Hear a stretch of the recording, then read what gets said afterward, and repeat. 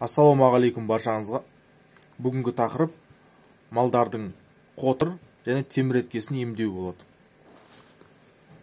Малдардың қотыры мен теміреткесін емдемей тұрып, қотыр дегеніміз не және теміретке дегеніміз не екенін ажыратып алайық. Екеуі екі түрлі ауру. Қотыр дегеніміз малдардың паразитарлық ауруы.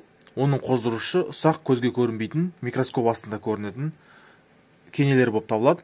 Оның емі малды шомылдыру, тоғыту, түрлі хлорофосқа, креолинге, ботоксқа, немесе ивермек, айвин сынды препараттарды егу арқылы қотырдан құтылуға болады.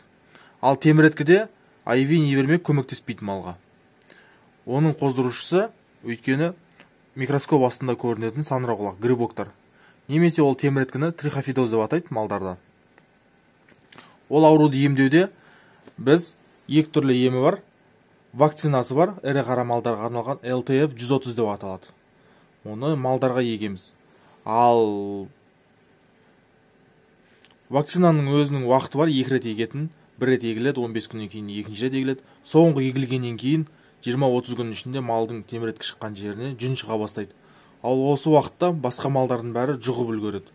Сондықтан сондай шығынға түспеу үшін біз теміреткі пайда болғаннан бастап, теміреткі пайда болған жерге мына противогрибковый саңырауқұлақтарға қарсы осы мазь ямды жағамыз.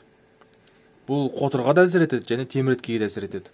Бұл 2 в 1 бұның эффектісі. Осыны 2-3 күн жақсылап жағамыз. Сол жағылғаннан кейінгі жерге ихтиол мазін жағамыз. Ихтиол мазін 2-3 күн тоже жағамыз. Жақсылап жағамыз. Арада 1 апта өтті, осы 2 препаратқа кетті. Сол екеуі жағылған жерге кейіннен мотор байын отработканы жақсылап жағып тастаймыз. Содан кейін болды. Бұл мазьдар сол жерде күйдіреді, жаңағы саңырауқұлақтардың бәрін өлтіреді.